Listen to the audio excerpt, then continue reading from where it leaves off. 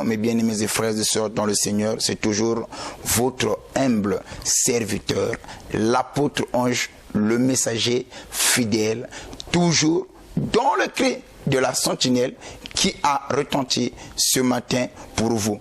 On a souvent l'habitude de dire, écoutez et votre âme vivra. Bien-aimés, nous avons déjà commencé une série où on parle sur des bonnes connexions. Si on parle des bonnes connexions, c'est qu'il y a aussi des mauvaises connexions. Il y a les connexions dans la vie qui peuvent te booster, qui peuvent t'amener plus haut, plus loin que tu le penses. Mais pour cela, tu dois choisir. Et bien aimé, pour ton information, déjà, j'aimerais te repréciser ou te éclairer sur un certain point. Dieu ne nous a pas imposé les amis. Dieu ne nous a pas imposé l'entourage. Les amis, on les choisit avec beaucoup de critères, avec beaucoup de principes. Alors, n'oublie pas que nous aimons ce que nous faisons et nous faisons des choses qui sont de même nature avec nous. Si quelque chose n'est pas de la même nature avec toi, tu ne l'aimeras pas le faire. Alors, tout ce que tu fais dans la vie, c'est la chose qui a la même nature avec toi. Maintenant, nous voulons parler toujours sur les bonnes connexions, mais cette fois-ci, nous allons ajouter un plus. Mais ce que nous aimerons ajouter aux enfants de Dieu, c'est que faut savoir définir tes relations.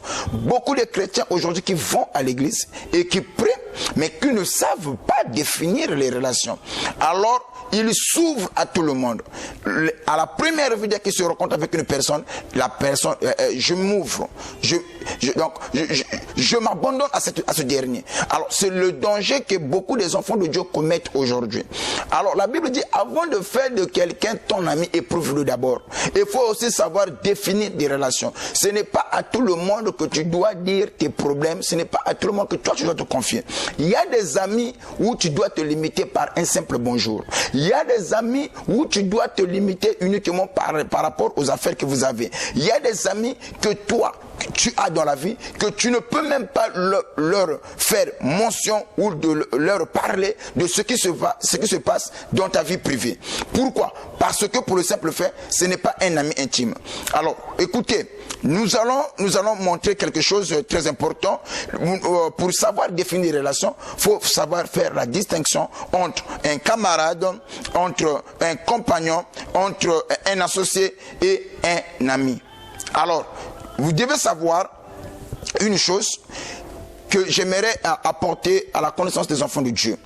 Toutes les fois quand tu fais de quelqu'un ton ami, sache-le que ta destinée, ta vie, c'est entre ses mains.